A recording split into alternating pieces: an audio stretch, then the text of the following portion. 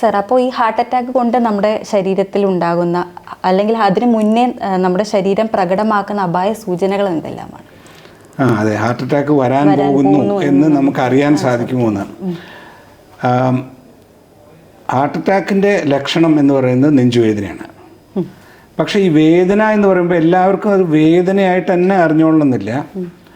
ചിലപ്പോൾ ഒരു choking sensation, അതൊരു പെട്ടെന്ന് ശ്വാസം കിട്ടുന്നില്ല എന്ന് തോന്നുക, അതല്ലെങ്കിൽ ഒരു ഭാരം കയറ്റി വെച്ച പോലെ തോന്നുക, അതല്ലെങ്കിൽ ചെസ്റ്റിൻ്റെ ഉള്ളിലൊരു വികസിക്കണ പോലെ തോന്നുക.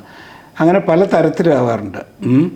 വേദനയാവാം, അല്ലെങ്കിൽ വേദനയോട് സമാനമായ ഇങ്ങനെ ഞാൻ പറഞ്ഞ ലക്ഷണങ്ങളാവാം. അത് സാധാരണ സംഭവിക്കുന്നത് നെഞ്ചിൻ്റെ സെൻട്രൽ പോർഷനിലാണ്. ചിലപ്പോൾ ഇടതുവശത്തേക്കും വരാം. ഇതാണ് ടിപ്പിക്കലായിട്ട് കാണുന്നത്.